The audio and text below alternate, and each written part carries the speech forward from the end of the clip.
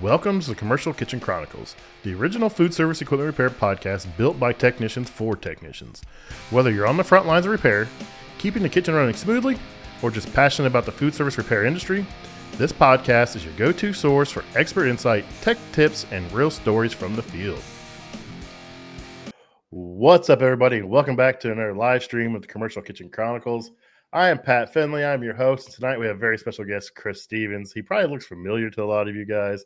You may know him from HVACR videos, but Chris is one hell of a dude.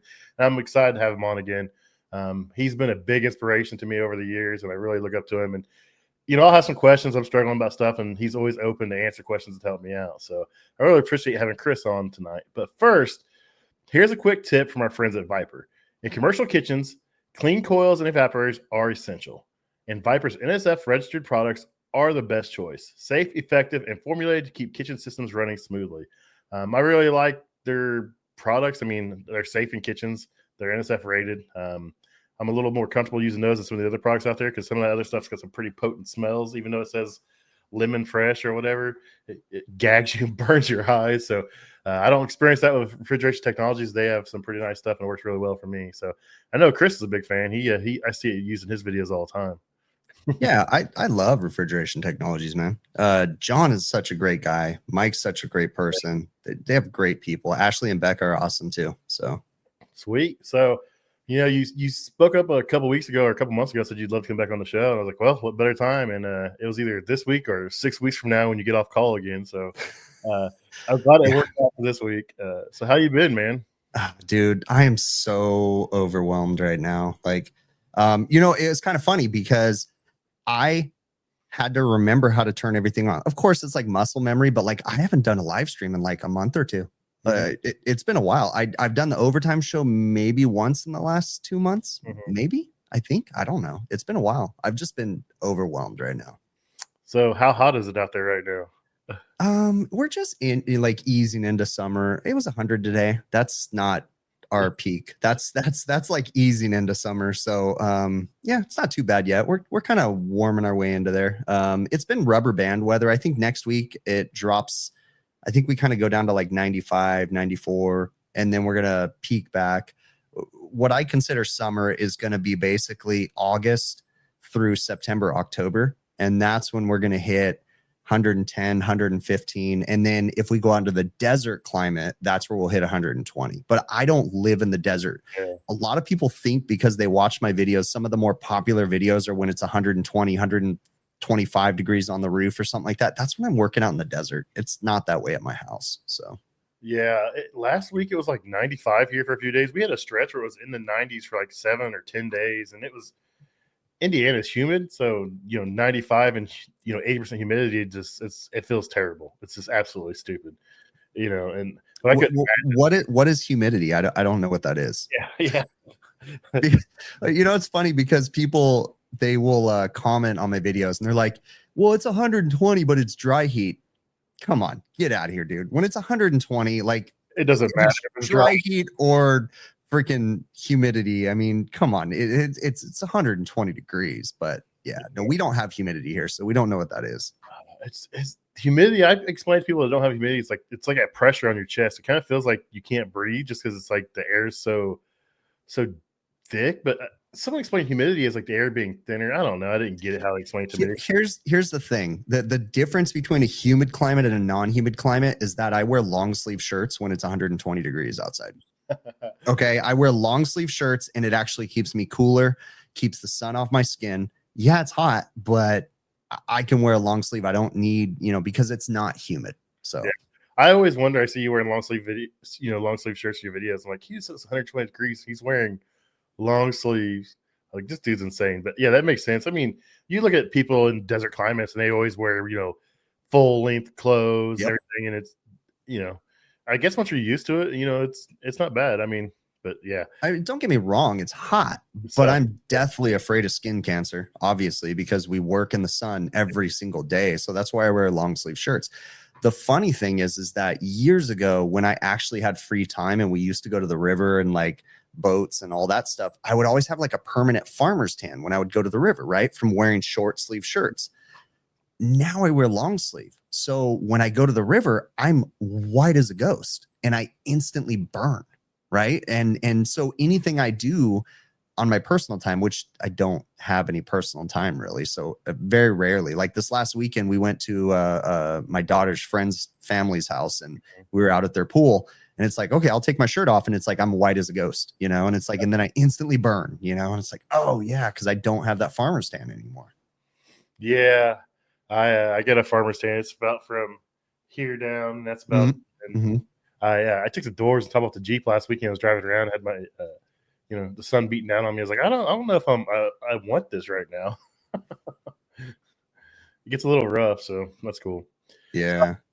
How has life been, man? I know you've been busy. I know one daughter is off to school, or she just moved out, didn't she? Or she's gonna move out? Yeah, man. I'm gonna tell you the most surreal thing, and you know, you may already know this because I know you have older kids, Pat. But yeah, my first daughter just moved out. And it's kind of a transitional thing. So she's going to college, right? And she's about to move into the apartment / dorm that she's moving into. But she already changed jobs. She works at a local burger joint here in Southern California called In-N-Out. And so she transferred to another In-N-Out, which is In-N-Out's a phenomenal company to work for. Can I tell you that my daughter makes $22 an hour? Like that's her first job ever. $22 an hour. Is that not? I was making $5.75 on my first job, right? Like mind blown. But anyways, she already transferred, but she didn't move into her apartment yet. So she actually moved to my dad's house, which is perfect for us because it's like a transition. So she moved to my dad's house because my dad lives closer to her new job. So she's only like 20 minutes away from her job. So she's staying at his house for like a month and then she's moving into her actual apartment. And what a surreal experience having your kid move out. Maybe you guys that are watching this know, but for me, it's my youngest, or I mean, my firstborn, right? So not my youngest, but my oldest, but my firstborn. And it's just wild to have her moving out, man. Yeah. I had two. My daughter moved out and then my oldest son moved out like 6-9 months later. So he's got one left and like he's living the life. Like he works with me, so he makes good money. So he bought it. He's the baby, so mom doesn't charge rent. She doesn't charge him anything. He's got to pay his own bills. So he bought a sports car. You know, he buys every once. He's got a big old safe full of guns he buys. I'm like, he's just living the life. I'm like, what are you gonna do if you have to move out, dude? I was like, you can't be buying all this dumb stuff. He's like, well, hopefully I got my car paid off by then. I just had like a discussion with my daughter this last weekend because what was it? She started talking to me about like how she wants to travel some more. And of course, I'm a dad, right? So I'm like, I'm happy you can travel, but I'm like, how much money do you have in the bank? And she tells me, and I'm like, that's a freaking decent amount. She's been saving money. And I'm like, good for you. And I was like, keep it up. But she's like, I want to travel and do some more trips. And I'm like, hey, you need to like keep saving, you know? And she's like, but I have this much money. And I'm like, that's not enough. I was like, that's not a year's salary. I'm like, you need to work towards having a year's salary saved up. And she's like, there's no way. And I'm like, you got to do that. You got to be prepared, you know, and you got to have this money saved. I wish I had a year's salary saved up because I don't, you know, and so I'm telling her and she's like, I'm 18, you know, and she's getting all heated. And I'm like, hey, calm down. I'm just being a dad. Like, I'm just trying to tell you, like, be prepared. You know, you never know this economy right now. We're going to hit we're about to hit a brick wall, you know, like we don't know what's going to happen. I was like, save your money, you know, and she's like, but I want to live my life. And it's just, you know, I'm just being a dad. So yeah, she's just being a daughter. She doesn't want to listen to her dad. So exactly. I tell everybody my daughter hated me from like the age 11 to 20. And then like now we're great friends. I'm like, she'll call me or like text me something. And like, you know, now we're friends. But like for those 9 years, it was like she did not want to see me, talk to me or nothing. I constantly get in trouble because I let my mouth get ahead of my brain sometimes, you know, and I'm talking and I'm like, that's such a liberal point of view and all this stuff. And I'm like, take a deep breath, slow down, let it just let her be, you know. That's funny. Yeah. Yeah, it is what it is. I mean, luckily my kids, I had my kids super young. I'm 43. So did we. I have a 24-year-old daughter, 22-year-old son, 19-year-old son. I had my kids super early, wasn't prepared, didn't have the job I have now, and it took me forever to make the money I make now. Right. Looking back at what my son makes already after 3 years, I'm like, man, dude, you're like so many years ahead of me. But like, the one thing I can say is all three of my kids, I think they seen the struggle of me working a bunch and doing what I could do and the struggles I had when I was younger. And like they all save money. They all have a lot of money in the bank. They're all doing pretty good. My oldest son, he's got more money saved than I do in the bank. I'm like, this is insane, dude. Like you're 22 years old and the money you got in the bank is absolutely nuts. And that's amazing. I'm so happy for my daughter because she has a bunch saved up too. And I'm like, good for you. But I'm like, don't stop there. Keep it up. Keep that idea of living below, what you make and everything, and just keep saving because you just, I remember having the conversation during all the pandemic drama that was happening. I remember telling my kids, like, this is why we save, because like I don't know about you guys. I'm sure it happened for you too, but like in the restaurant industry, everybody panicked at first. So everything stopped when the pandemic hit, like everything stopped. And then we became essential and all this stuff. But even then they were like, they conserved. And I feel like up until this year, the restaurants started spending money this year. But up until then, they were just like, hoarding their money and like holding back on things, and they destroyed all their equipment. And I remember having that conversation with my kids, like, you guys are going to remember this stuff in the history books. Like, this is all going to be written in the history books and everything. And we don't even know the damage that was done. My daughter's first year of high school, they weren't even in school. Like they were all online. Like, dude, that had to mess her up. Like, I don't know. Yeah. That was wild. Kids being home all day and just on the computer or sitting there on the computer, and they really weren't doing anything. And school's just kind of just, we don't know what to do, so just let them do whatever. And it's just a lot of kids missed out on a lot of stuff and a lot of developmental things, from those couple of years. And luckily, we weren't too bad here in Indiana, but some states, it went for quite a long time. And those kids probably will have lifelong repercussions from things they've missed out on developmental times, I think. Yeah, I mean, my oldest daughter, the one that is moved out and everything, like she literally only got like 3 physical years of high school. Like, and as a dad, that was great for me because it was like, hey, boys didn't start coming around and stuff until like junior year, so it was like, cool. Like I got to keep my daughter for another year. But then like, as a dad, I'm also thinking, oh man, like she didn't hit these points. Like, how's that gonna, but she's doing great. She's an amazing kid. And both my daughters are amazing. I have 2 kids, so both of them are. In the end, we just want better for our kids than what we had, but you want them to be able to appreciate and understand what you've done to give them that. And I think that's what makes, people good parents, is they want the kids to have better, but they want them to understand that we gave them those opportunities to be better and not just spoiled them.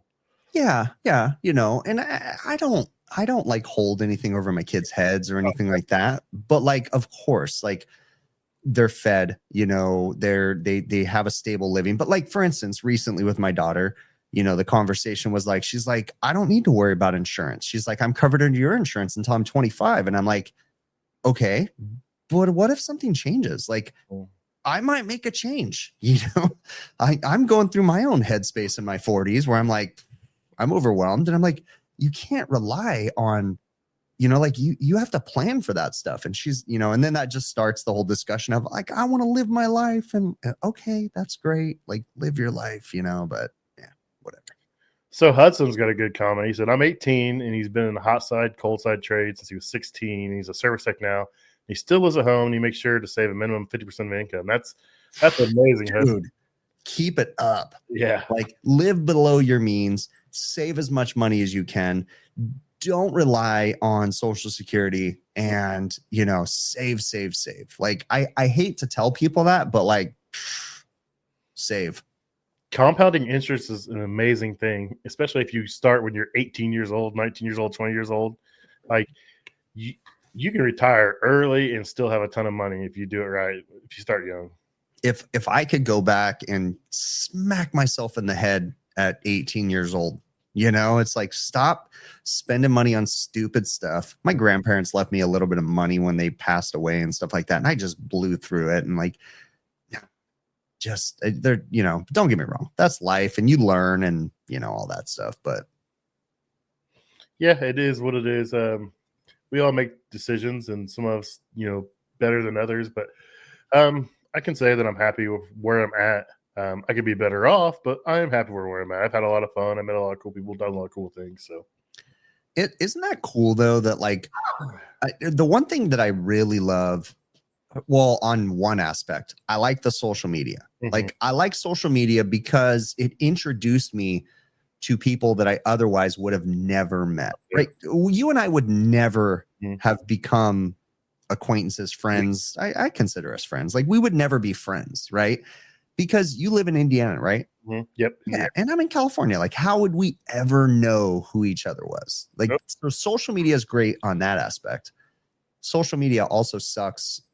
You know, we all know that social media has a dark side too, and you know, whatever. But yeah, it's wild, man. So HVAC with Greg, he wants you to know that to say hello, and he still watch him when he can. He's so busy. He's likely good. He is likely to be going to take over our AC shop in a few years, as everyone else is older and teaching him everything that they know. So he's appreciative of what you do and helping everybody out and teaching people. Good for you, Greg. Greg comes from the Discord side long ago. And you know, that's the cool thing about social media too, is for people like me that have a hard time interacting with people, whether it be because of work or because of my own issues that I have and stuff. I'm pretty sure I'm slightly on the spectrum, but you know, it's cool to be able to have this social media form. And so Greg, yeah, I met him, you know, online years ago on the Discord forum, and you know, it's cool to be able to talk to him. So yeah, I started Discord and I like try to get in. I just always forget. Dude, there's a guy, Isaac, that set up a Discord server for me. There's an HVACR videos Discord server. Greg was very active in that. I have not been in my own Discord server in close to a year. But anyways, it's a whole thing. It's just another social media platform. It's a great platform. There's lots of cool people on there. It's just basically like a private chat room is essentially what it is. Yeah, I had all people like, oh, you need to get on Reddit. You need to get on Reddit. You need to get on Reddit. And then I didn't have enough karma points to post in all those places. I was like, oh, delete. I'm done. I'm not doing this. I can't post or comment because I don't have karma. I'm like, how do I get karma if I can't post or comment? It's like, this is stupid. I don't understand Reddit. I don't understand most. So, Pat, you're about the same age as me, I think. I'm in my 40s. Yep. Have you reached the age where you officially don't remember your age? Oh, because yeah. I'm either 42 or 43. I genuinely don't know. My wife knows, but I don't. Someone can do the math. I was born in 83 of June, but I don't know how old I am. I'm either 42 or 43, somewhere in there. So I was 83. So I was 82, so I'm 43. So yeah, you're 42. So you're right there with me. Yeah. But I've officially reached that age where my brain, again, I'm pretty confident that I'm somewhere on the spectrum. I've never been diagnosed or anything, but like I have the most random information in my head. But certain things, like I don't prioritize to remember them, if that makes sense. So I'm just like, my wife will tell me something and I'm like, okay, cool. Sounds good. 10 minutes later, what'd you say to me? Like, I don't know. Like, but I can tell you the name of a song. I can tell you the name of an artist. I can tell you my phone number when I lived in the house that I lived in 15 years ago. I can tell you my address, my grandparents' phone number that my grandparents have since passed away, but I can tell you their phone number. I remember the most random information. Yeah, I'm the same way. So I have ADHD, and I'm pretty sure, like you, I'm probably on the spectrum somewhere. I think most people that think the way we do or do things like we do probably are, but it's just we found an outlet for it, and I think it, what we do lends well to, maybe some of the issues we have. My job, I'm always seeing something different every day, so it's really great. I had a job where I was doing the same thing every day, dude, and I'd come home from work and I was like, I just want to die. I can't do this, man. This is like, just take me out back and shoot me and throw me in a hole. I can't do this. Yeah, it's wild. Do you so let me ask you this, when again, I'm treating this like it's my live stream, so I'm asking you questions, but we'll just have a conversation, man. I appreciate you coming on. That's the cool thing, is like we can just have a genuine conversation and just kind of go from there. But like, when you have an apprentice working with you, do you have a hard time like explaining certain details? Because in my brain, common sense, and I've been told that common sense is not so common to some people, right? So obviously my brain doesn't process common sense. What I think is common sense isn't common sense to other people. But I sometimes have a hard time explaining things to apprentices because, like, of the whole hyper focus thing. Like I just go down a tangent. I expect that people know things, and I have to like step back and be like, oh, so for instance, I had an apprentice that no longer works for us, but he was a great guy. But like, we had to let him go. But we were going to the dump one time, and we had to go dispose of a reach-in cooler. Okay, so we're at the dump, and I'm telling him, hey, it's a stand-up reach-in freezer, like a Delafield stand-up reach-in freezer. So we put it in our trailer, we laid it down, we already recovered the refrigerant. And so we get to the dump, and I'm telling him, okay, here's the thing. You're going to stand on the other end of the freezer. I'm going to lift it up, and I'm going to lift it out of the trailer, and you're going to keep it from sliding out. And he's like, okay, cool. Sounds good. So when I lift it up, it slides out, and he moves out of the way, and it slams down on my legs. And I look at him, and I just go off on him. I'm like, what? You didn't understand? Like, what is wrong with you? So I went off on him, and he felt all bad. And that's not why we had to let him go. But long story short, we had to let him go. So that just recently happened again with another apprentice. And I'm like, okay, we were moving a reach-in freezer out of a restaurant. It wouldn't fit in the door. We didn't have a dolly. We pushed it out the door. I lifted it up, and I told him, okay, you're going to keep the box from kicking out, and I'm going to lift it up out the door once we, pushed it out enough. And same thing happened, different apprentice. So then it made me think like, okay, so this happened with two different apprentices, and I told them the exact same thing. You're going to keep the box from kicking out. I'm lifting it up. It slid out. The casters were greasy, right? So I lifted it up. It slid out. He jumped out of the way, and it slammed down on my knee. And this time it really messed up my knee. Hit me about 2 inches above my kneecap, slammed down on my kneecap. I'm so lucky it didn't hit me directly on the knee. But then it made me like think in my head. I realized, I go, dude, I am the problem. Mm-hmm. It's not the apprentice. It's that I assumed that they were in the same headspace as me. Yeah. So oftentimes I will think that like, I'm going to tell him, hey, make sure the box doesn't kick out. And he doesn't understand what that means. But I think in my head, that's common sense. And I think that's like I don't know if that's a spectrum thing or whatever, but like, yeah, I have a hard time sometimes because I think that people are on the same wavelength as me. I think it's because you've done it so many times. You just expect everyone else should, understand what they have to do.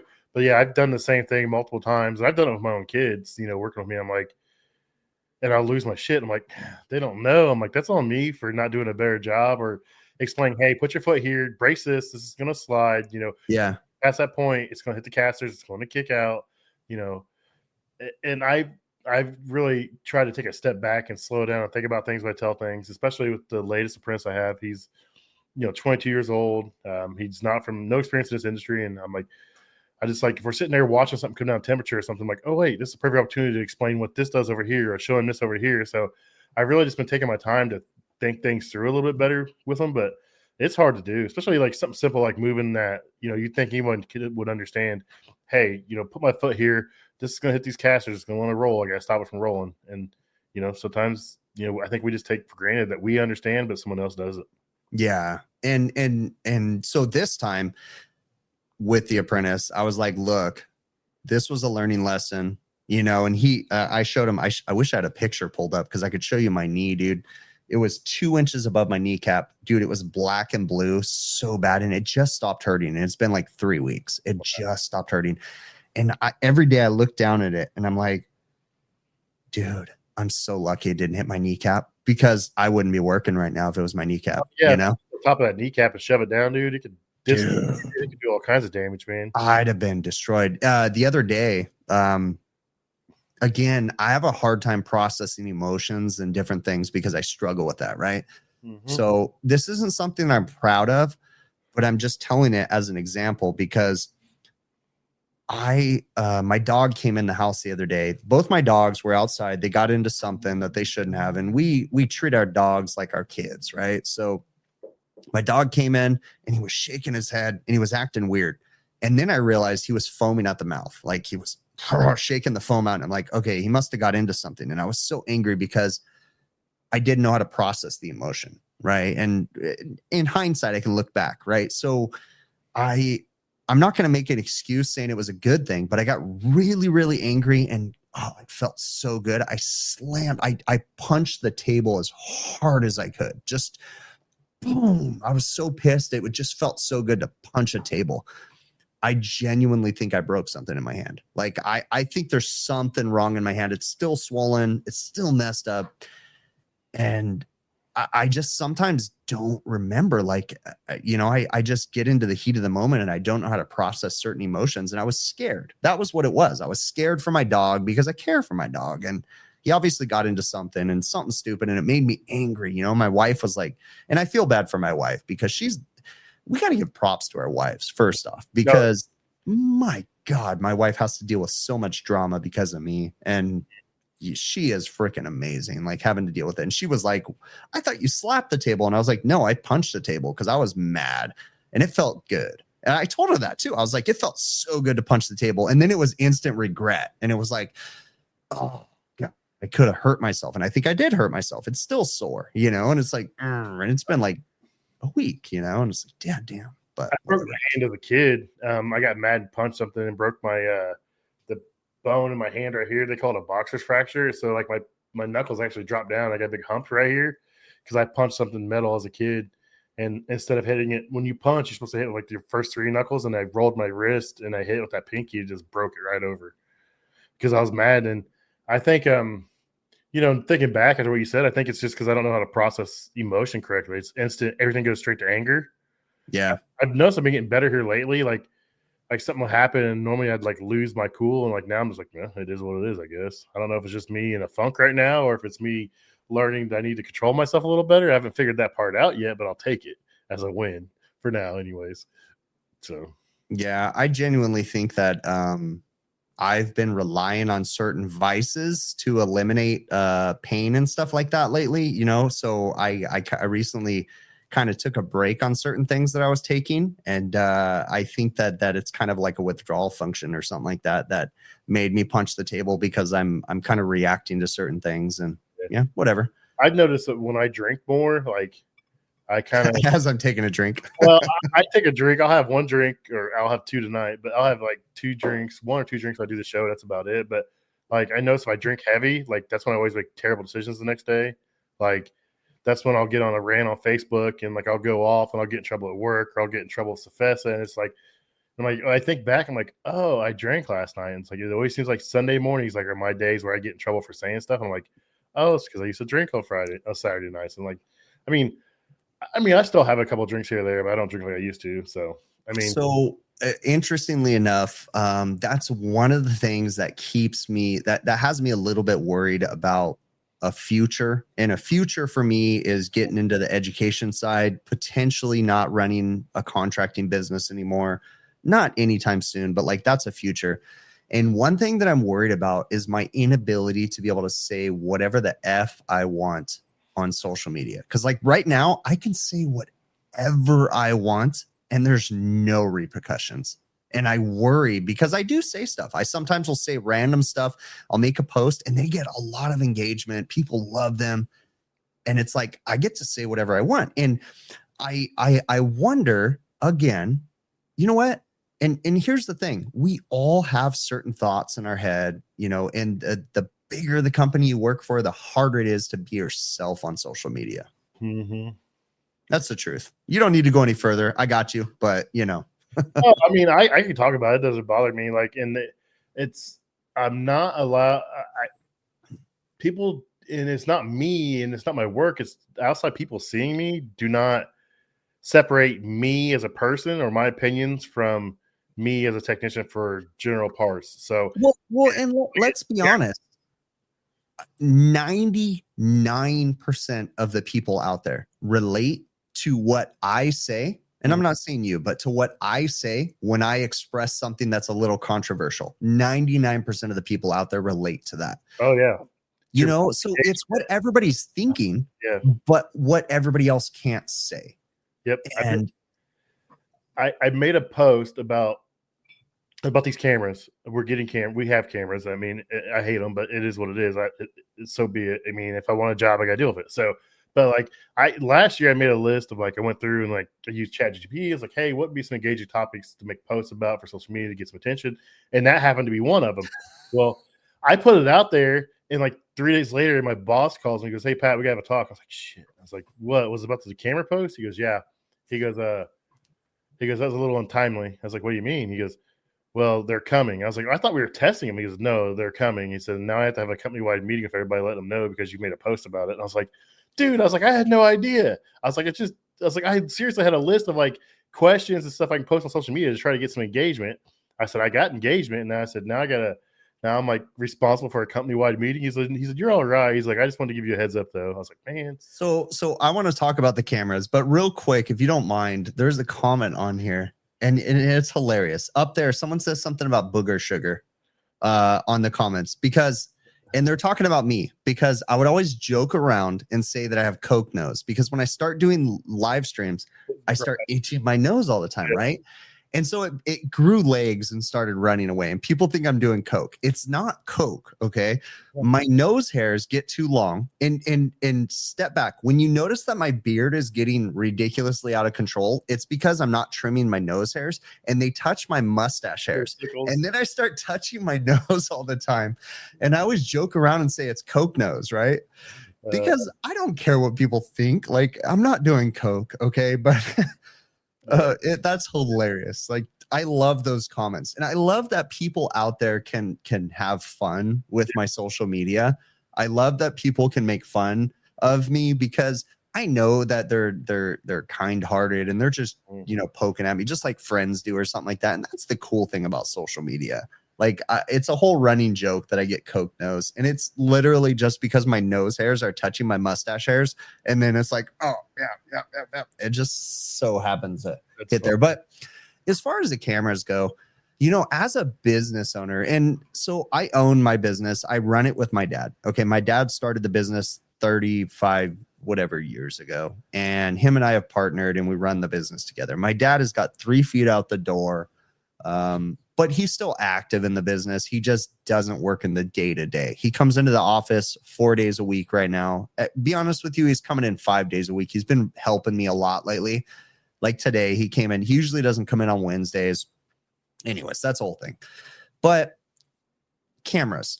So cameras with the business, I understand why cameras are installed in people's vans. Okay. Yeah. Now, I don't have cameras in my vans right now, but I'm not saying it's never going to happen. A good majority of the time, the bigger that you get, cameras become an insurance requirement. Oh, yeah. One of the things that as a business that we have to deal with is insurance companies. And we pay pardon my French, but a shit ton of money. Okay. And I don't know if you're allowed to cuss on this podcast or not, but I apologize if I didn't. But we pay a shit ton of money in insurance. Okay.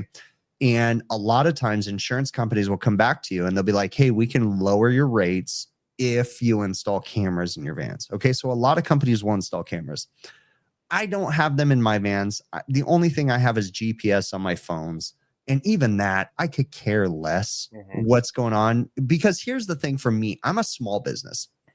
I don't ever want to get to the point where I have to nickel and dime everybody and nitpick everybody. But I understand the bigger you get, the harder it is to control the outcome of your employees. And it just becomes a difficult thing. So I understand why companies install cameras in their vans. But once you install cameras, then of course they're there. And then you're like, well, maybe I should have someone, check on the cameras every once in a while. And then they see, oh, you get a speed notification. Someone was going 5 miles an hour over the speed limit or whatever it may be. It's a bummer. So for an employee, I can always put myself back in the employee phase. And I'm like, oh my gosh, this company's micromanaging me. On the flip side, as a company owner, you're like, God, I have to call this guy for something stupid. He was going 5 miles an hour over speed limit. I'll tell you a story. I can remember a phone call that I got years ago where this person called me because we put our name on the side of our van. For years, we operated without our names in our vans. That's highly illegal for state licensing requirements. You're supposed to have your name on your van, but we just didn't do it, right? So we started working for a hospital customer. They were like following the rules. They wanted our names on our vans. So we put our names on our vans and our phone number. And I'll be honest with you, from that day, that was like 15 years ago, the only thing that putting our phone number on our van has done is allowed freaking Karens to call us. So I get a phone call one day, right? I have the calls coming to me and it's this person and they call me and they're like, I just had one of your guys cut me off. They were getting on the freeway. I'm a pregnant mom, all this stuff. And I go, oh, really? I said, what freeway were you getting on? She tells me the freeway. And I go, ma'am, that was me. And I said, when you get on the freeway, you need to learn how to use your gas pedal. I go, I'm driving a big van. It's hard to slow it down. I don't care if you're pregnant. When you're on the on-ramp, you need to accelerate. You don't do 30 miles an hour on an on-ramp. You speed up to the flow of traffic. Well, that's highly wrong. And, I'm a pregnant mom. And I was like, I don't give a crap what you're doing. I don't care if you're pregnant or not. You're endangering your potential child by not accelerating when you get on the freeway. So as a business owner, there's certain things that happen and you just have to deal with it. And it sucks. Okay. It genuinely sucks. Like, I'm not going to get into the details, but I'm going through a lawsuit right now that involved me as a technician. And it's frustrating and it sucks. Someone got hurt. It genuinely sucks, but it's just one of those things. Every day as a business owner, you wake up and you're like, take a deep breath. What BS am I going to have to deal with today? And there's good sides to a business owner too. There's really good sides, right? One of the things that frustrates me is I'm trying to figure out a way to not deal with the stress that I have in my life that I deal with on a day to day. And I think, like, sometimes could I go work for someone? And my wife tells me there's no way you could ever work for someone. Like, you are not a person that could ever work for someone. But in my head, I romanticize the idea of, like, oh my God, could I imagine being able to just like clock out and be like, see ya, I'm done, like, ugh. So on the flip side, cameras, they suck, but I understand. I understand why businesses want them. Plenty of people do dumb shit when they're driving. They're on their phone or, watching YouTube videos, they're scrolling, they're doing all this. People drive like assholes. I mean, I get both sides of it, but it's like, we have forward facing and driver facing, and they say they can't live stream them. They don't record the audio. It's just like a video, a picture of what you're doing, and it tells on you for certain things. And my biggest thing is they just changed the speed limits in town from 465, which is the big loop around Indianapolis. So they raised it from 55 to 65. Well, our threshold before it starts warning you is 10 miles an hour over the speed limit. So it's still 55. So I've been doing like 65, 66, and this thing just dinging me for speeding. And I'm like, I told my manager, like, you might want to get a hold of these people. I said, this is driving my score into the ground. He goes, I'll deal with it later. It's just every day, ding, ding. I just keep going. I'm doing the speed limit. I'm not doing 55 because it thinks the speed limit's 55. I'm gonna tell you something. Like, I also so take the business owner out of it. I genuinely want dash cams in every one of my vehicles, my personal vehicles, because the liability of everything. Like, I genuinely wish that I had dash cams. On the flip side too, I'm going to tell you something that I've always wanted to do. And, so be it. Everybody out there watching this, if you have dash cams, put that freaking footage on YouTube, because there's so many freaking idiots on the road. Can you imagine how amazing the footage would be if we all started posting our footage from our dash cams on social media? Dude, people would watch that riveting.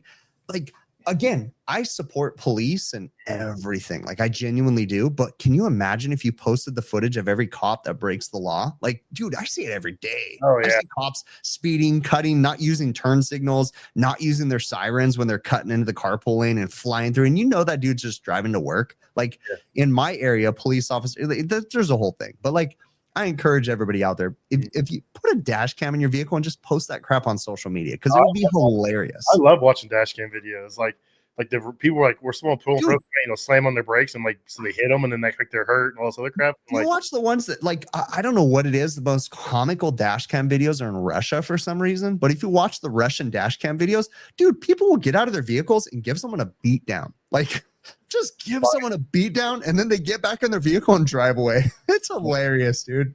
That's funny. Yeah, I mean, it is what it is. I mean, I get it. And it's probably saved a lot of companies a lot of money by having that footage there. Like, hey, he didn't do this. He didn't do this.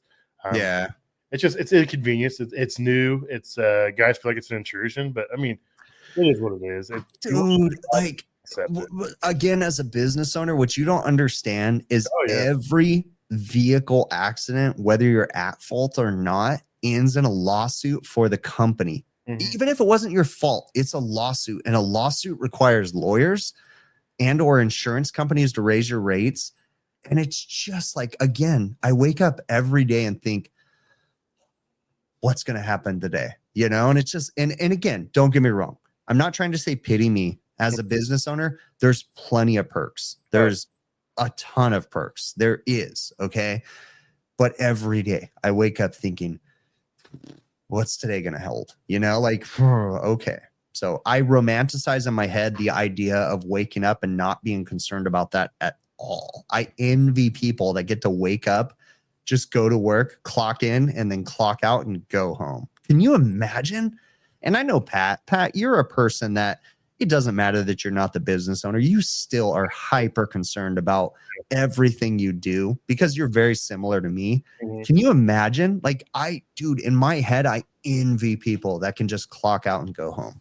Dude, I made a comment last month. I point to my boss. I'm like, because I have a fairly new branch manager and associate branch manager has been there for almost 2 years, but like they'll ask me a lot of questions. Like, look, I was like, I got to do my job. I got to run tech support.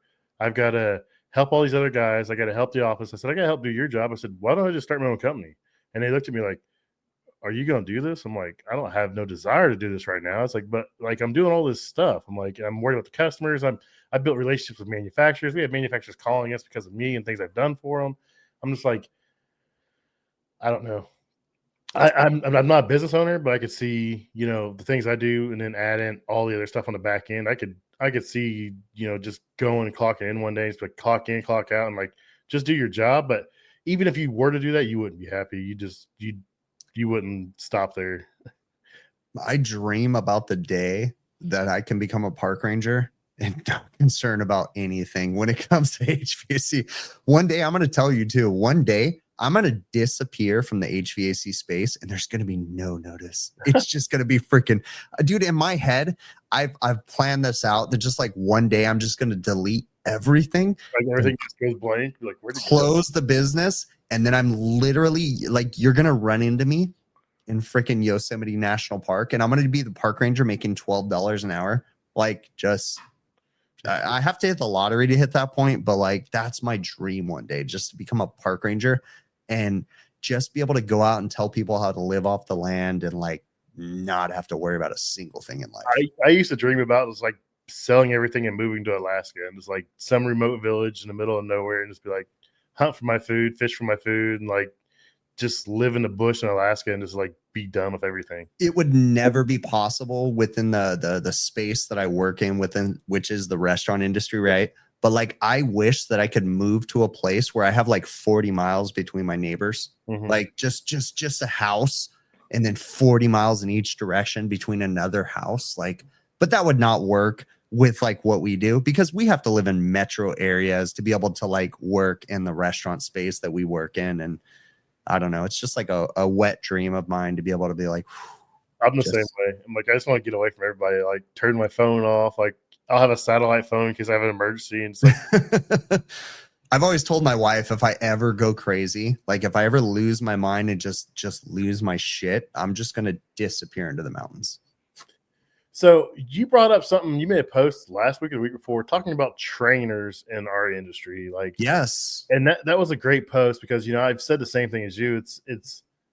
It's wild. Like you want the best of the best training, but they don't want to pay the money that's required to get the best of the best to be a trainer. And I'm not saying there's not a lot of great trainers because there is. There's guys that are in it because they want to make a difference. But like you said, I think the money in it is not appealing to get some of the more top tier talent. Or no, because unfortunately in this industry, we have this like thing that, okay, so you may agree with me or you may not, but a lot of people out there, they think that HVAC school is not necessary. Okay. HVACR school, whatever you want to call it. I think school is necessary. And the reason why I think it's necessary is because I don't have the ability to teach someone fundamentals. I can teach someone common sense. I can teach someone, well, I should step back. I can teach someone what I think to be common sense, right? And I can teach someone real world technician skills, but I can't teach someone exactly what superheat is. I can't teach someone exactly what subcooling is or exactly what electrons do, and wavelengths of AC voltage and the sine waves and all. Dude, I don't know that crap. Like, I just don't, right? So I think school is a necessary evil. But here's one of the things. I'm going to say that 90% of the educators out there, and I know this is steep, but 90% of the educators out there are washed up service technicians that never could have made it as a service tech. I'm going to say that 10% of the industry service educators out there are phenomenal teachers. People like Ty Brannaman. My goodness, can Ty Brannaman teach someone the basics, and he can teach everything. Dude, Ty is the smartest person that I know. Genuinely, wholeheartedly rounded technician. Ty is amazing, right? And then we have our niche people, and I have this dream of becoming an educator, but I can't teach the fundamentals. So I think trade school is necessary. But unfortunately, when I started researching trade schools and I realized the lack of pay, most of the time, I'd say 90% of the trade school teachers out there are making like a ridiculously low number of salary, essentially, right? And the technicians in general, we're talking like 50 grand a year. And mind you, I'm coming from Southern California, okay, where you need 3 incomes to even survive here. Okay, I realize in the Midwest, the cost of living is a lot lower, but I think it's kind of elevating everywhere across the country right now, right? With inflation, all this drama going on. We don't need to get political, but the cost of living's going up like crazy. And when you think about it, a really good trade school teacher, they're not making crap, right? But yet the technicians that they're training are potentially going to be making more money than them within a year of graduating that school. They're going to be making more than the teacher, right? I realize there's a lot of washed up technicians that don't know what they're doing. There is, okay, but there's some really good ones out there.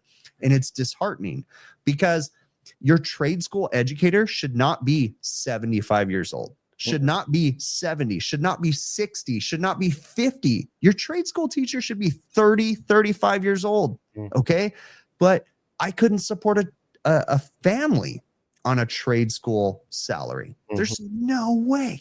No way at all. So that's frustrating to me. Yep. Yeah, I see it all the time. I always think about, like, I would love to be a trainer, but just like see what kind of money you make. It's like, man, I can't.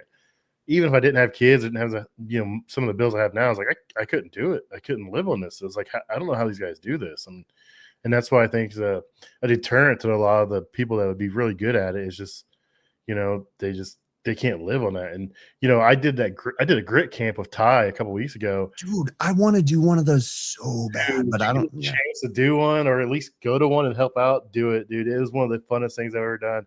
I was so scared because, these are kids, like 12 to 17. Yeah. Like, I was very fortunate enough that I got a couple kids that the girl, her dad's an engineer, and like she helps him work on cars and do home projects. And the son, the boy that was there, his dad owns a concrete business, so he's like working with tools with his dad. So I got like the 2 best ones there, in my opinion, anyways.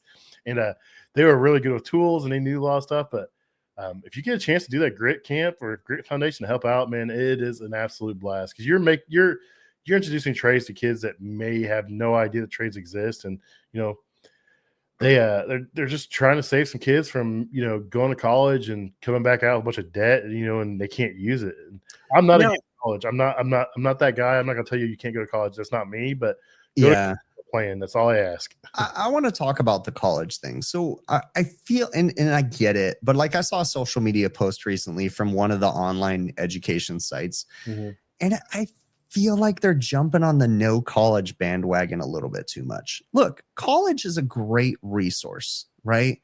But too many kids are pushed into college as a last resort. Like, I don't know what I want to do, so I'm just going to go to college. And I don't know if that's quite the resource. I think the trades are a great place for people, but college is also necessary. Think about it. Like, if you have someone coming from an area that maybe isn't, doesn't have the greatest education, college is a great resource because it helps to build foundations and fundamentals. Take the politics out of it. Like, you go to college and you're going to learn how to communicate with people, hopefully, right? You're going to learn how to, send correspondence. And I do believe that college is a good resource, but there's some people like me that college wouldn't have been great for, because I have a hard time in a financial institution. I'm going to go out on a limb and say that I think that a good majority of the trade technically minded people are somewhat on the spectrum as far as autism and stuff like that goes. Mm-hmm. I feel like the spectrum is a lot bigger than a lot of people think. And I think that traditional education has a hard time teaching people like myself and, other people that are slightly on the spectrum. So trades are a great resource, right? Trades are a great place because we can hyper focus on things. We can just drone down until we figure out what's wrong with it, because we're not willing to give up. We just keep going, right? Mm-hmm. But I don't want to say that college is a bad thing. I really don't. I think that college is a good thing. It helps some people. But the cool thing, in my opinion, is that the trades, for the most part, are AI proof. And what I mean by that is, you know what? Here in California, and I know that's a whole nother conversation, but they've raised the minimum wage up to ridiculously high levels. My daughter's making $22 an hour. I already talked about that as at a fast food joint.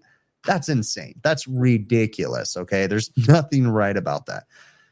Fast food joints, in my opinion, should never be a full-time job for the rest of your life. They're a starter job, right? But anyways, the fast food joints have been forced by politics to raise their minimum wages, but that's a means to an end. Okay. They're going to replace those jobs. We already know it. Pat, you've heard this. A lot of people that work in the food service space, they know that robots are coming into our restaurants, flipping fries out of a fryer and dumping into a basket. Dude, there's restaurant chains out there that are already investing highly into that because they're trying to combat the ridiculously high minimum wage for a remedial job that literally takes French fries out of a fryer and dumps them into a basket. Nobody should get paid as much as they're getting paid, especially in California, to do that, right? Yep. So they're using robots. But guess what? In the HVACR space, we are AI or robot proof because someone has to fix the robots. Yep. And that's bottom line. That's a huge thing we've been talking about with Sofesa. And at the last few years of trade shows, you can go by, you go by Middleby and they got a robot making pizzas. Yep. And it drops it in the conveyor and it goes in the oven, comes out. I mean, Tosa has a robot that they've had making French fries at every trade show for the last 2 years. You can buy this setup and it dumps the fries. There's some other companies trying to figure out how to do different cooking timers and stuff on fryers. I mean, the robots for fryers are coming fast. We'll start seeing them soon. I've heard some it's happening. Yeah, so there's a popular wing place. It's all over the place, and they're testing them in some places. But like you said, someone's gonna be able to fix that robot. And if we're there fixing the fryer, we're there fixing the cooler, we might as well be there fixing the robot too. That's us. Now, granted, we're gonna have to learn some things. We're gonna have to learn a little bit, but come on, we're already there fixing it. They're not gonna hire some $9 an hour technician to come in here and fix these robots. Someone has to know when something's wrong. Same thing with everybody that's so frustrated with these softwares. Okay, so we have softwares that will tell you how to fix an air conditioner, right? But that's assuming that the technician put the probes in the right place. Yep. So we as technicians need to be able to look at something and say, oh my goodness, this air conditioner has 700 degrees of superheat. Wait, something's wrong. Mm-hmm. Something's off. Where's that discharge probe at? Where's that liquid probe? Did we flop them? Did we move them here? Did we move them there? Did we put the discharge probe on the suction line? Someone's got to be able to tell the robots that they messed up.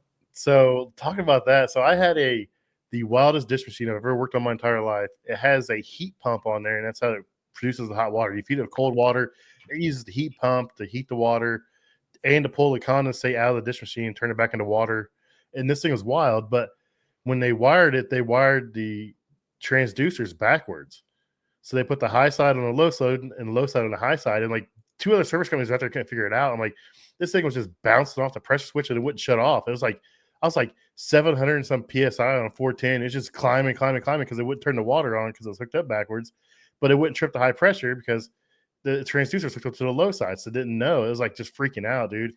And yeah, it's the simplest thing, but yeah, there's always got to be people that's got to think pandemic related manufacturing, because during the pandemic, manufacturing just fell off the deep end. Okay. And so we're realizing as technicians, if we're competent technicians that pay attention to what we're finding, I have major manufacturers, some of the biggest air conditioning manufacturers out there. And one of the most common problems is if you have a 2-stage air conditioner, they literally flip-flop the pressure sensors for first stage and second stage, right? So it's just like first stage is showing low pressure, but it doesn't have low pressure. But second stage is running with no gas in it, but the pressure switch isn't cutting it out, and it's like, oh yeah, that was pandemic era manufacturing right there. Let's just flip-flop those pressure switchers or pressure sensors. So we have to have the ability to understand that, like, in my eyes, 99% of the time, if you're struggling with something, you're genuinely doing something wrong. It's usually not that difficult. Now, there's that 1% chance that a manufacturer just makes horrible equipment, but most of the time, it's a simple problem. And it's just like, oh yeah, stage 1 and stage 2's pressure sensors are flip-flopped. It's like unplug a wire, plug it into the other one, boom, problem solved. Now, then as a technician, I'm like, oh yeah, second stage has been running without gas for like how long? And the compressor's just like shot, and it's like, oh yeah, that's interesting. Paint's peeling off of it. That's done for. Let's go ahead and shut this one off. Yep. That's wild. Yeah, I see some of your videos. I'm like, how does this stuff like run? Like, how does this get out of the factory? And it's weird how some of this stuff works, how it comes out. And so here's the thing with, like, you mentioned my videos. So like I happen to make videos on YouTube, and I just, got this idea years ago to start making them for my employees and started making them public, all this thing. But the whole thing is that I just film the interesting stuff that I run into. That's the whole thing. Like, I run into some of the most interesting. I'm not the best technician in the world. Like, I'm really not, dude. I'm a mediocre tech at best, but I just happen to have this platform that I film what I have. And, and I've learned a lot of stuff from the comments, from people watching my videos. Dude, I've learned so much from the comments. I make so many mistakes, and people in my comments like correct me, and I'm like, hey, thanks, I didn't know. Or yeah. I'll put a video out and I have a manufacturer like, hey, you can't do that this way, you do it this way. Or, they're like, hey, you can't install it this way. Like, manufacturers will reach out. And I'm like, thank you. I'm like, yep. I appreciate the feedback. And I used to get all pissed off when people would do that. Same. And now I'm like, wait a minute. Like, they're helping me out. Like, I can't possibly know everything about my job. You can't possibly know everything about your job. I think we do. But there's always going to be people out there who've done things a different way. And as long as they're respectful about it, I'm okay. When you get disrespectful, that's when you get blocked and kicked, that kind of stuff. Yeah, same thing, dude. Like, I'm 100% open to criticism. And I'm 100% open to you putting that criticism in the YouTube comments where everybody else can learn from it too. Because I am a flawed individual, just like you are, Pat, and just like everybody else that's watching this. But there's a small percentage of the people that are watching this that are afraid to admit that they're flawed. Dude, we are all human. Like, there's no human out there that's perfect. There's not. Sorry. Don't hold that stuff in, man. Let it out, dude. You think you're perfect? It's going to bite you. It's going to bite you 10 times worse than it would if you just the fact that you make mistakes, own the mistakes, and move on. I've learned early on to never try to hide your mistakes, or when you mess up, don't ever hide it. Just own it and accept it. I service a lot of equipment, and I had a call last week, and I put the grill back together, and I pinched a wire, and I didn't think about it, and it came back to bite me on Saturday. Hey, overtime call came in. You were just here on, Thursday or Wednesday. The grill doesn't work on the side. Man, I was just there. I remember it working because I checked the temperature, and I got there. And I'm like, oh, I jammed it back in there, and I pinched this wire, and it rubbed through and blew a fuse after a few days. I was like, that's on me. My boss was like, so what happened? I was like, I told him. I was like, look, I said, I pushed the wire back in there. I jammed it up. I pinched it, and it rubbed through after a couple of days. I said, it's on us, man. I said, I fixed it. It's going good. They're happy. I said, do what you got to do. I said, but that's on me, man. Yeah, that's the biggest thing is just being able to tell someone that, like, you made a mistake. I have earned the respect of my customers because of my ability to own up to my mistakes, like, genuinely. And recently, and I'm not going to name companies, but I had a major PE firm come in and start just poking their nose in my restaurants, and they were just messing up stuff left and right. left and right. I kept my mouth shut. And all I did was, because facilities corporate was still using me for service, but they were using the PE firms for maintenance. And it doesn't have to be a PE firm. It can be anybody, right? And all I was be like, hey, corporate, this is broken. You just had a company clean it. What do you want me to do? You know, and they're like, oh, okay. And I just kept sending those emails. You called me out for service. This is what I found. What do you want me to do? What do you want me to do? What do you want me to do? I've earned the respect of my customers because I'm honest. I own up to my mistakes, and I'm willing to accept the fact that I make mistakes, and I'm not afraid to admit it. Like, hey, I screwed that up. I'm not going to charge you for that. And let's move on from it. What do you want me to do? You know, so you'll make more money in the long run being honest and treating your customer right than if you screwed your customer, because they'll figure it out and they won't call you anymore. 100%. Sweet.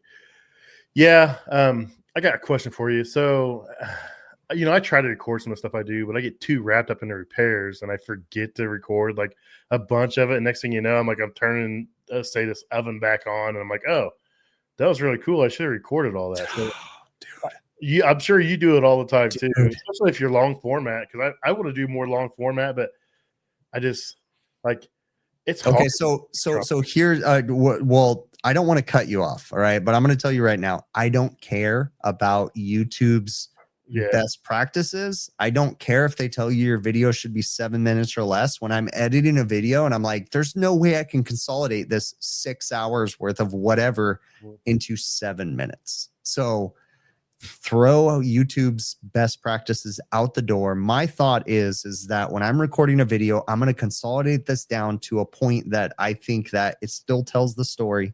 It still teaches a lesson.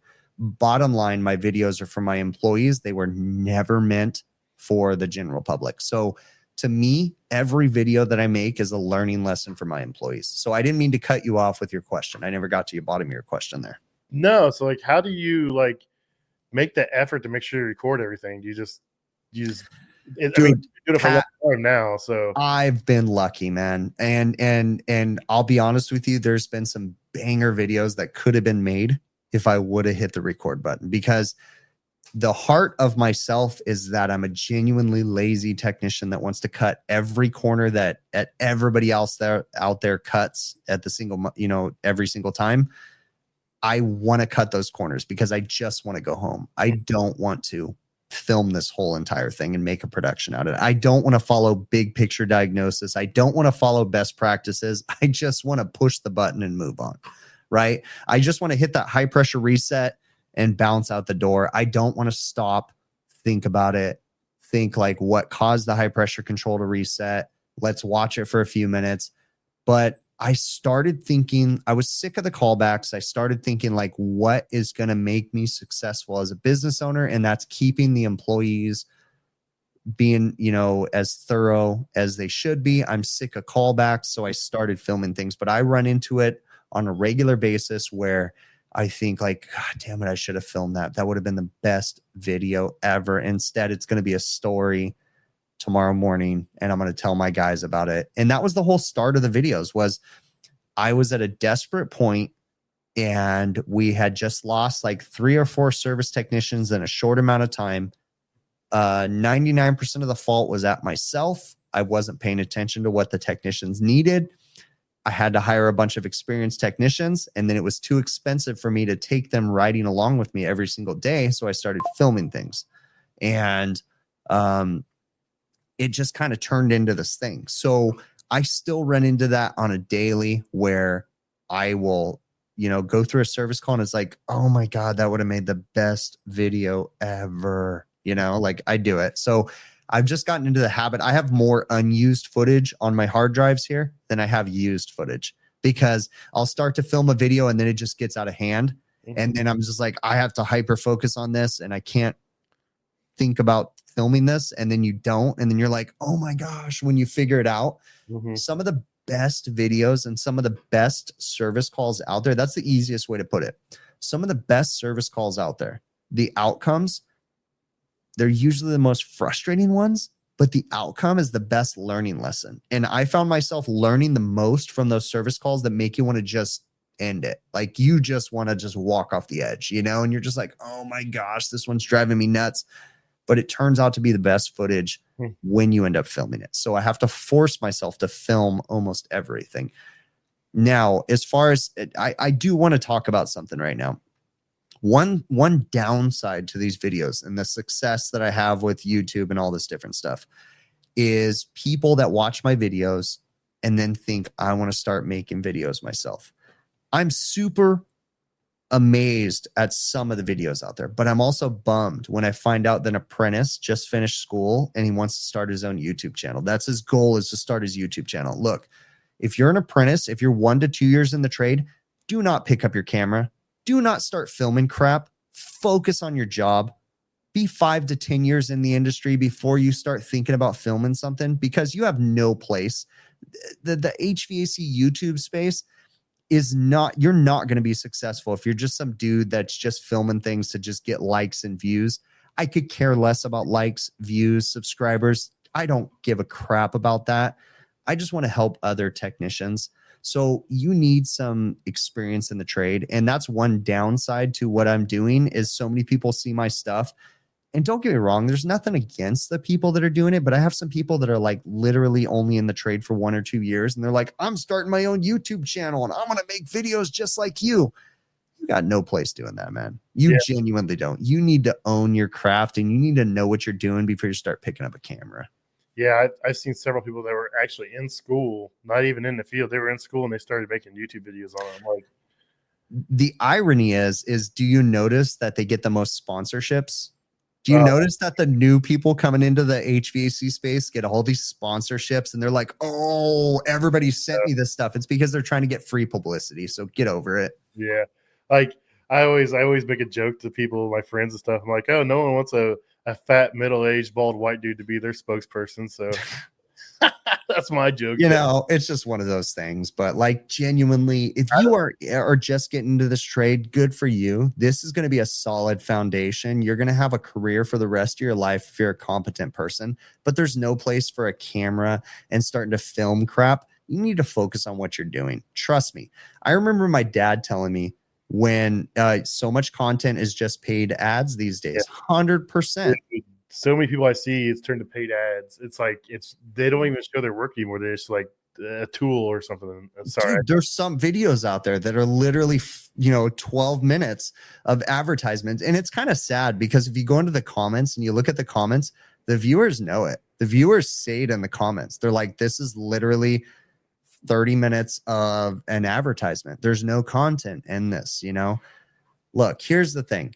I never planned on any of this, nor I'm still kind of torn on this because, you know, the weird thing is I genuinely hate, like, despise social media. I genuinely freaking hate it. Ironically, I have a social media business, right? It's this whole love-hate weird thing going on. So I'm the same way. I get through days like I just want to turn it off. I don't want to do this. Like if I didn't have all this other stuff behind me, you know, I used to just before I did all this, enjoy just scrolling through, looking at stuff, and I'd get off, and and it didn't consume me. And now I'm like, I got to make sure I post a promo. I got to make sure I post highlights. I got to make sure I do this, and then I still want to show off stuff I'm working on at work. But then I'm scared to post. Like I got a new tool, I want to show it off, but I'm scared to post it because like I don't want people to think that I'm just doing this because it's an ad. Like I use this tool, and that's one thing I will say is I will only show stuff that I would buy on my own and use on my own. Even if someone gave it to me and if it turned out to be a total dog turd, I would be like, hey, this thing's terrible. I wouldn't do it. Like, because some of these people anymore, dude, they'll send you something and be like, oh, you can't post anything negative, or we have to see it before we'll approve you to show it. I'm like, nah, I don't want this. I had like years ago, and I still love this. I don't know if I've ever told this on social media. I may or may not have, but I had one of the biggest tool manufacturers out there reach out to me in the very beginning. And they were like, hey, we want to send you these tools and we want you to post these videos. And I said, cool. Here's the deal. I won't make my title say what you wanted to say. I won't make my videos say what you wanted to say. My video is about doing the service work, and I just happen to be using your tools in my video. That's all you're going to get. And they were like, yeah, sounds great. We're going to send you all these tools. So they sent me a bunch of tools. And I'm talking the biggest tool manufacturer out there. And they power tools, all that crap, right? And they were like, I made the video and I was like, here's the video. You guys can review it. And they were like, would you mind changing the title to say this? Like everything I told them I wouldn't do. Yeah, and they were like, would you mind putting links to Home Depot that sells our tools and all this different stuff? And my response to them back was, what address do you want me to send all this crap back to? That's it. That was exactly it. Like, yeah. I refuse to be that person. I have been so thankful that the companies that I do choose to work for understand that, like, they just want to be a part of what I'm doing. And I realize I don't charge what people say I should charge. I'm not the most expensive person out there. Trust me, I'm not. Like, I charge what I think is fair, and they get what they get, and that's it. They don't ask anything else of me. So I'm thankful for that. Like, I choose to do this my way. And if you don't like it, see ya. Yeah, and that's my thing. Like, I never did this to make money or to get free stuff. If it happens, it happens. But I started all this, because I was following guys like you and Brian Orr and Tool Pros. And I thought this is really cool that they're talking about these things. They're showing these things off. They're showing off their job, and they take pride in it. And so that's what I want to do. I want to show off what I do. I want to try to build up the technician base and what I do, and we'll see what happens. As long as I don't lose money, I don't really care at this point. You know what I mean?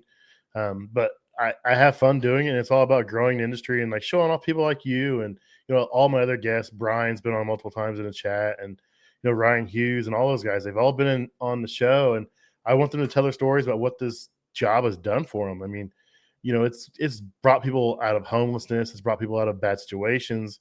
Just getting into the trades and showing that there's a viable way to make good money, not doing anything wrong, not going into debt. It's cool. That's why I want. No, you can be in this trade. You can earn a living. You can support a family. You can have for the most part, recession-proof, trade. You can have an AI-proof trade. We're blue collar at the heart, right? Now, granted, there's some downsides to it, right? Because we work long hours. We don't know how to process emotions. I'd say a good majority of us. We all have our vices. We all, have issues. But you know what? I genuinely think that blue collar supports the nation. I really do. I mean, without blue collar, without food preservation, without refrigeration, without cooking appliances, the entire world wouldn't exist. Right? Your lifespan. Think about the lifespan of people 150 years ago. It was not the age that we were in. The medications you take, the food that you eat, the hospital stay that you stay in, like all that is conditioned, cooked, refrigerated because of us blue collar people. We are the people that fix the equipment that breaks. Bottom line is, this stuff is always going to break. It is. And someone has to fix it. And that's us. Yep. I have fun doing it. I have fun showing it off. And I know you do too. Sometimes it's aggravating, and sometimes you just want to give it all up. But you do enjoy it some days, and some days it's like, I don't want to do this. And I think everybody in your position and in our position has the same feelings. Like some days they're like, why do I want to record this? Why do I want to edit this video? It's like some days I just want to get away. I was telling, I get down on myself, and it's just that time of year. It's just, you get busy. It's hot. It's miserable outside. And like, why am I doing this? I don't want to do this anymore. I just shut all this off. I can go to work and fix stuff, but I can't do that. I'm like, I have fun doing this. And, I meet people like Brian. Brian's in the food service industry now because of me. He's bounced around from HVAC and refrigeration. He's kind of found his home in the food service. And I was like, that's really cool when someone sends me a message, hey, I got this job because of you. I'm like, man, that's awesome. I know you probably, that's that. And it always comes that when you're at your lowest point, you're like, I'm done with this. I don't want to do this. And then someone sends you an email or a message, you're like, I can't stop now. I've made a difference in this person. I made a difference in this person. I can remember when I first started making videos, YouTube started recommending my videos to a shit ton of non-HVAC people. And it irked me inside. On one aspect, like the analytics and the YouTube revenue started going up, but I felt like I didn't feel fulfilled because I'm like, HVAC people aren't watching these videos. Like, what's going on? And then like a year later, after COVID drama kind of calmed down, and stuff, then I started getting these emails. Hey man, I made a life change and I got into the industry. And I was like, because I watched your videos. And it's like, okay. And then another one came and another one came and another one. I literally just read one today. I'm making a change. I'm getting into the HVAC space. And then it like hit me and it's like, oh, so if non-HVAC people watch my videos, it's not a bad thing because it's bringing people into the industry. So that's cool, you know? And so, yeah, there's a whole nother side to it. Just like what you were saying, you know, someone gets into it because of this or that. And, you know, now granted, I'm not the best technician, nor have I ever claimed to be. Dude, I'm the most flawed individual out there. Every time I tell you a trick that might save you a headache, it's because I made that mistake. Do me a favor. Don't leave the walk-in cooler off when you change the walk-in freezer door because you had to walk through the walk-in cooler to the walk-in freezer, you know, and I changed the door and I left it off and then I forgot. And then the customer called me the next day and they're like, my entire walk-in cooler is at 65 degrees and you need to pay for $15,000 worth of food. Yeah. And I'm like, oh, I really fucked up, didn't I? You know? Yeah. So when I tell you double, triple check before you turn something on, it's because I left it off and I screwed it up. And I wrote a fat check to a customer because I ruined the entire walk-in. Now, it wasn't $15,000 because we did have a discussion about this and how the lack thereof of their managers taking accountability of their walk-ins being down. And so how about we split the bill? You know, the irony is that I was just working at that exact restaurant that situation happened at. And the manager shut the breaker off the night before when they were doing the delivery, you know, load up or whatever. And they left it off all night. And so I go out there to flip a breaker on and I sit in there and told my apprentice literally 2 days ago. And I go, you know, the irony is that this customer tried to give me a $15,000 bill and I split it with them. I gave them $7,000. And this time I turned the breaker on and they didn't throw shit away, you know? And it's like, the irony is that I gave them $7,000 20 years ago. You know, and then now they didn't throw shit away and they just turned it back on and moved on. And it's like, you know, but that's a whole. The other day I had an apprentice with me and we were doing I have a leak in a coil on a walk-in cooler, but I was up on the little mezzanine rooftop and, you know, cleaning all the condenser coils and stuff like that, you know, make sure everything else is running right. Cause it's hot cottonwood here in Indiana. It's terrible. Yeah. But I took my ladder and I walked all the way back to the truck and I turned around and walked all the way back to the roof and I threw my ladder back against the building and climbed up there and checked that disconnect again. He's like, why'd you do that? I knew it was on. I was like, dude, I don't take anything for granted. I was like, I drove 2 hours home and had a disconnect off. I've had to come out in the middle of the night and drive back and turn a disconnect on or call the next morning. Hey, my walk-in cooler's at, 60 degrees. What's going on? You just fixed it. You drive out there and it's like, oh, I didn't turn the disconnect back on. Like that is the worst feeling in the world. Yep. I just had and I don't wish that feeling on anybody, the ability to not be able to shut work off and to be halfway home and start second guessing yourself and literally turn around and cost yourself an hour and a half in traffic driving back to the customer. So we were just having an office meeting in the morning and we have 2 new apprentices working for us. And I was just telling my former apprentice who's been working for me for like 3 years now. And we were just having this discussion of my former apprentice, who's an amazing technician, by the way. He was just telling the apprentices, he's like, yeah, he goes, me and so just had to turn around and we drove all the way back to the job because he goes, when I was halfway home, I thought, oh crap, I don't remember if I turned it on. So my former apprentice had that, thought in his head. And so he turned around and drove all the way back to the job site to go verify that he turned something back on. If that's the best advice I can give to anybody is always double, triple check yourself, man. There's nothing worse than leaving something off because what you as a technician or an apprentice maybe doesn't think about is, yeah, you just left something off. It's no big deal. But the manager, they start to form an opinion about you. And so the last time you were at their location, you left something off and it cost them some guests or it made them uncomfortable, but they don't forget that. And so the only impression they have of you is that the next time you come in, they're like, are you going to turn it back on this time? No, you need to be that guy that double, triple checks yourself. So I did a preventative maintenance today with an apprentice. And when I was closing everything out and getting the invoice signed, I looked the managers in the eyes and I said, I just want you to know that with 100% confidence, I am absolutely 100% sure that we turned everything back on before we left. And they're like, thank you very much. I really appreciate that. And I said, I just want you to know, we don't fall for that crap. We're 100% sure. We turned it back on. Everything is running when I walked out the door. Yeah, I want to start like doing a roof sweep where I'm like videoing all the disconnects being on. Yeah. That way, if I second guess myself, I can look at the video. Okay, that was on. That's a good idea. I'm terrible. Like, I'll freak out. I'm like, did I grab my tool bag? I will pull over on the side of the interstate and like jump out of my van and go check to make sure I grab my tool bag. My mind, once that thought gets in there a little bit, it's stuck in there, and I'm not going to be satisfied until I check it. No But that didn't happen unless you made that mistake, not once, but multiple times. Yep. Hands down. And you learned your lesson. There's been countless times that I have pulled over on the interstate too, because I was 2 hours away from the office and I thought, crap, did I grab my tool bag? And the reason why I did that is because I've made that mistake, not once, not twice, maybe 3 times, where I left my tool bag at a job site that was 2 hours away. For that reason, I am a nut, and I have backup tools in my van that can usually get me through a job because I've been in that situation.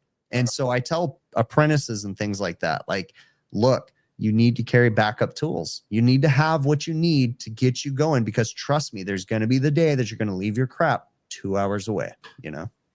Yeah. My son left his crap. We did an all day job. It was me and my son, who doesn't do refrigeration, and another guy that was an HVAC tech. We were changing out a walk-in cooler, like line set, condenser, evaporator. So it was a long day. It was a terrible day. And like, he went out to his truck and set his stuff down, put some stuff in his truck, and didn't put his tool bag in there, and then drove off. And the next day he got to his first job. He's like, where's my tools? And he's like, and he came back and they were gone. Of course they're gone, behind the building. You know how it is.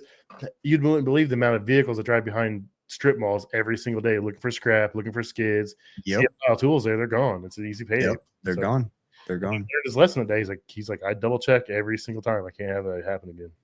Hands down. Yep.